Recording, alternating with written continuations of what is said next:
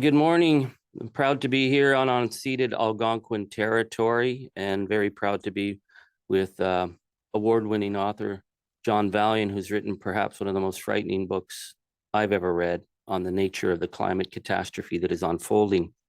Yesterday, Suncor CEO Rich Kruger, former vice president of Exxon, testified at Parliament.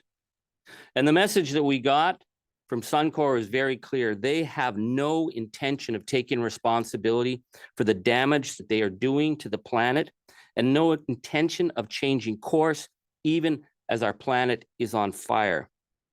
There are now hundreds of lawsuits against companies like Exxon in jurisdictions all over the United States and all over the world. And yet in Canada, it is business as usual. Trying to get answers from Mr. Kruger about what he and his fellow senior executives at Exxon knew, we couldn't get those answers. But the evidence is clear. In the 1980s, Exxon had the scientific evidence that they were causing, quote, catastrophic impacts to the planet. They suppressed that evidence and yet then spent millions creating false reports promoting the safety of fossil fuel burning. We know from the California indictment against the Big Five that Shell's scientists warned that by the time the impacts became known roughly around 2000, it might be too late for us to do anything. Shell suppressed that evidence, but in 1989, 1 year later, Shell raised their offshore oil rigs by 6 feet to be ready as the ice shelves melted and sea levels rose. They knew what they were doing and they lied. We tried to get answers from Mr. Kruger about Suncor's role in the massive lawsuit that's underway in Colorado, a lawsuit that has been called a blockbuster against big oil. Mr. Kruger didn't want to answer that. We tried to get answers from Mr. Kruger on what Suncor's position on the clean energy regs, and yet he hadn't seemed to have looked at them, even though he owns some of the biggest gas station empire in Canada.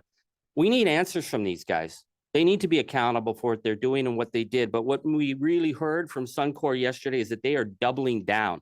They are going full bore, despite the calls of the International Energy Agency, despite the calls of the IPCC. They are going full bore. This is Canada's big tobacco moment, and our government, the Liberals, are missing in action. It's been 3 years since this government promised an emissions cap. Where is it? What steps will this government take to actually get serious about dealing with big oil and ensuring a clean energy transition as our planet is suffering unprecedented wildfires, flood, and environmental damage? I'll now turn it over to John Valliant. Hi, thanks. Yesterday was really instructive, spending time with Mr. Kruger and his fellows. I really felt like I was in the 1980s in terms of the evolution of the message and the kind of business they still imagine themselves entitled to do.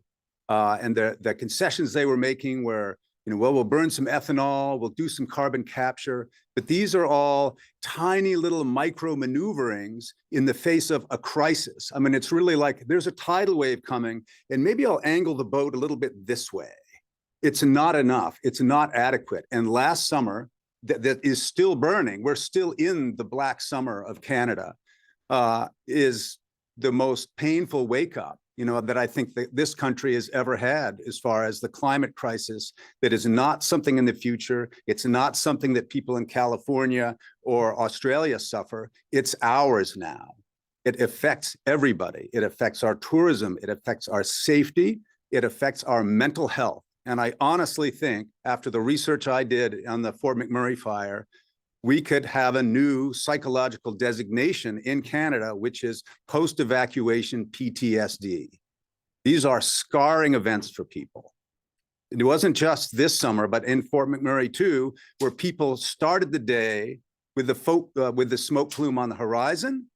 By midday, they're running for their lives, and they literally don't know where the smoke ends, where the fire ends, or if they'll see their loved ones again. These are Canadians at home in peacetime experiencing these terrors. It's morally wrong, and it's directly linked to the expansion of fossil fuel development and the CO2 and methane that goes along with it. And again, this was documented and understood by the late 1960s. The API, the American Petroleum Institute, commissioned its own studies with its own petroleum company vetted scientists. And they confirmed this danger, and they pressed ahead, endangering all of us. And now the dissonance is so loud, and it's almost insane to be talking about fossil fuel development literally as provinces burn, to the point that the smoke and the heat is shutting down petroleum operations. Think about it. It doesn't make any sense. And it's not just, well, this doesn't make any sense. This doesn't make any sense, and it can get us killed. Really. And it's not just a Western Canadian problem. We saw Halifax. I've been studying the climate file and Canadian fire for 7 years, and I was completely blindsided by Halifax. That's the land of sea and fog. And the idea that it could burn like Alberta, it's mind-blowing. But it's here now. And that, that's the one thing that the climate scientists got wrong. They got everything else right. The one thing they got wrong, in my view, is they underestimated the speed with which these changes would be upon us. And I think a lot of us thought, well, maybe it'll get hot enough for Halifax to burn, for Ottawa to burn, maybe in the 2030s or 2040s. It could happen next summer. And we have to act that way, and we have to demand an acknowledgement and an appropriate response from the petroleum industries that do business in our country. Thanks. Hi, I'm Richard Cannings. I'm the NDP critic for emergency preparedness and climate adaptation. And I just want to follow on to what Charlie and John have said. We are living the effects of climate change that is caused by burning fossil fuels. And we are going to be living those effects for centuries. These effects won't stop when we stop emitting carbon dioxide. They will go on. We are fighting to reduce our emissions so that it doesn't get too much worse. And yet we are living those effects now, and it is affecting all Canadians. 8 firefighters lost their lives this summer. Hundreds of people lost their homes. Thousands of people were evacuated from their homes. As John mentioned, a very, very traumatic event for those people. There's an article in the Globe and Mail today, 60% of Canadian businesses say they were adversely affected by extreme weather events. I come from the Okanagan Valley. Hundreds of people have told me the effects that it has on them, on their business, when tourists don't come, when people can't even leave their homes. It's affecting everybody. People can't sell their homes now in the Okanagan Valley in summer because you can't get house insurance if there's a fire burning within 100 kilometers of your home. If you can get house insurance, those insurance prices are going up. It's affecting everybody, and it's affecting the governments across Canada. I'm trying to propose to the federal government that they create a national wildfire fighting service, because it's clear we're overwhelmed. British Columbia brought in more than 2,000 firefighters from other jurisdictions, mainly from other countries. British Columbia spent more than $700 million this summer alone on fighting fires. That doesn't include all the other economic impacts from those events. It's affecting all of us, and we have to get the federal government to take action, to take some accountability, and for the fossil fuel industry to take some accountability. And I'd like to pass it on to Mike Morrice to finish up here. Well, thank you, Richard. Thank you all for being here this morning. It's an honor to be here with colleagues as well as John. We have experts and parliamentarians coming together to say that enough is enough. The climate crisis is not on our doorstep. It is here. Wildfires this year alone, over 175,000 square kilometers burned across the country, more than double the previous year back in 1995. And we know that in the midst of all this, not only does the federal government continue to subsidize the very sector most responsible for the crisis we are in, but that same industry, that big oil, continues to profiteer on the backs of Canadians.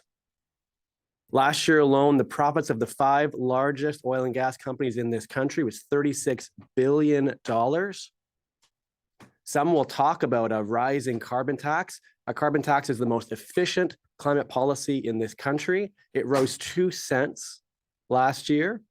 Meanwhile, the profits of the oil and gas industry went up 18 cents a liter. While doing that, our country continues to burn.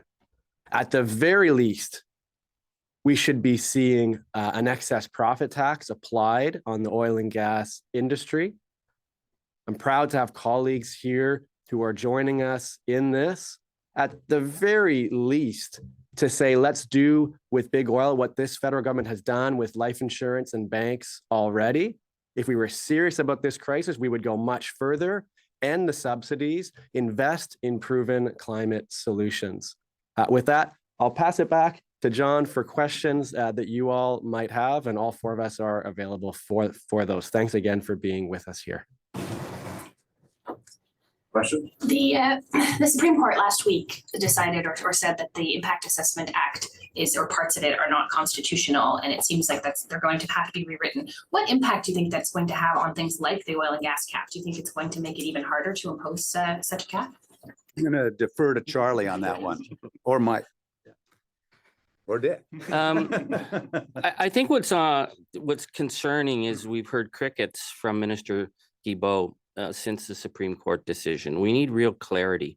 We need clarity for those who are deeply concerned about the climate crisis. We need clarity for people who are looking to invest in Canada, particularly clean energy investors.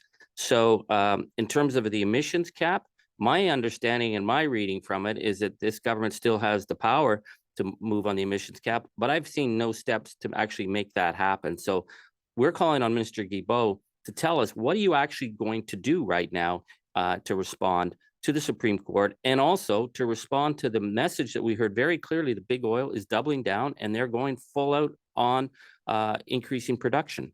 The federal government has is now limited in what it can do in terms of environmental reviews for expanded projects. What impact is that going to have on trying to reduce emissions from oil and gas production?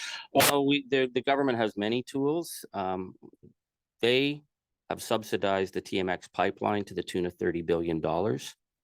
They are going to subsidize the tolls of every barrel of bitumen that goes down that pipeline to the tune of 80%. Are they going to put that on the table with big oil and say, listen, you want to use our pipeline, you show that you're going to be reducing emissions and production? They could do that. They apparently, as far as I read the Supreme Court, they still have the power on emissions cap. Are they going to bring that in? Or are they going to continue to dilly-daddle? The Prime Minister made those promises at COP26 and came back and we've seen no action. This Liberal government needs to say where they're going to stand. We see jurisdictions around the world taking on big oil, and here it's business as usual. So can we understand from your answer that you haven't had conversations with Mr. Guilbeault or Mr. Wilkinson about what the NDP would like to see in a revised Impact Assessment Act? They have not reached out to us. This is on them to actually speak to the opposition, but also speak to Canadians. This is a serious issue. Canadians want action on the climate crisis. And the message we got before the Supreme Court decision from the likes of Suncor and Big Oil was that they were going ahead full bore. They were doubling down. The International Energy Agency has warned governments around the world not to invest. They said that the end of big oil is on the horizon and that we're going to be stuck with stranded assets. And yet we haven't seen any steps by this government to actually hold them to account for the increasing production that's going on that is destabilizing our climate. Any more questions in the room? If there's no question. Oh, you- No, yeah, okay, go ahead. yeah, Mr. Kruger was kind of adamant yesterday that his remarks were misinterpreted, and he kind of tried to reaffirm your guys that his company is indeed committed to being part of the long-term solution to climate change. Obviously, you don't believe him. Can you elaborate on that? He told his investors that there was a sense of urgency in big oil in the summer that Canada burned. He said that they didn't want to be seen just investing in environment because, to look sensitive. And that he felt that there was an overrepresentation. This is what he told his investors. There was an overrepresentation on the long-term transition, and that wasn't, his focus was on what was good for his shareholders. Now, I'm sorry, after summer of what we went through, I say to hell with his shareholders. What about Canadians? And can I ask Mr. Brown one question as well, if you have time? There was an article a few weeks ago in the Atlantic that kind of made the case that we have now entered a new era, and they called it the pyrocene, that these wildfires are not anymore the exception, but they're in fact the norm. And I'm just wondering, A, if you agree with that, and B, does that mean, are we too late to kind of see any progress in the right direction? Is the toothpaste already the tube, so to speak? So, the pyrocene was a term coined by Stephen Pine, just a wildfire historian and expert from ASU in Arizona. I call it 21st century fire. It burns differently because, in part because the petroleum company's own climate research and prediction anticipated that fires would burn differently starting around 2000. And they certainly have, and there's abundant evidence in my book to that effect. Exxon, in fact, had the temerity really, after doing cutting edge research in the 70s and 80s, to publish an article, to be quoted in an article about 2 or 3 weeks ago. I can get you the citation where they're saying, oh, now it's too late. And it's not too late. There is heat and fire and drought baked into our futures now, but to pour literally more gas on the flames in the face of that is frankly suicidal, and it's not rational. So there is, and my uncle is an internist, and he dealt with a lot of smokers, especially back in the 70s and 80s. And he said, it is never too late to stop smoking, that lungs up to the very end can begin to regenerate, or at least stop collapsing if you stop assaulting them. And so if we stop pumping vast quantities of CO2 and methane into the air, as we are doing now, we are going to see gradually a decline and a return to stability. It's going to be a new stability. It's not going to be 1970s stability, but stability is a lot better than what we're seeing now, which is a steady and relentless ratcheting up of broken heat records, broken sea surface temperature records, and species die off. So the sooner we can stop, we needed to reduce yesterday. Many countries are reducing. There's actually a lot of action around the world right now. Canada, unfortunately, is a laggard. In terms of climate action, it rates down next to Russia. And that's mostly due to the bitumen industry in Alberta. It really skews, we're a G7 country, we're a modern country, we're a progressive country. We should be leaders, and we have the opportunity to be leaders. We are very well poised to embrace and profit from the green energy transition. There is no country richer than Canada in terms of its multifarious ways to generate renewable energy. We have 3 oceans of tides to draw from. We have infinite sun and wind and geothermal. And you have the premier of Alberta stifling investment in renewables from Texas, who is a historical partner in their energy development. I mean, that's really biting the hand that feeds you. That is bad business. It's bad relations. It doesn't make any sense. Can I just briefly add? We are living in what the Intergovernmental Panel on Climate Change tells us is the closing window of opportunity. And so any talk of it's too late or interjurisdictional issues are too difficult are simply insufficient. I think the reality is for each of us, can we look our kids and grandkids in the eye that in this closing window of opportunity, we did everything possible to ensure we held the climate crisis in check. And that means ensuring that big oil is reined in, and that we ensure we step up at this critical moment. And that's what I think you're seeing from folks on this stage this morning. And ultimately, what we are collectively pushing for is the political will that this crisis demands. So if there's no other questions in the room, I'm just going to ask the participants on the Zoom if they have a question, please raise your hand. I'll give it a few seconds. It looks like no more questions, so thank you very much. Thank you so much.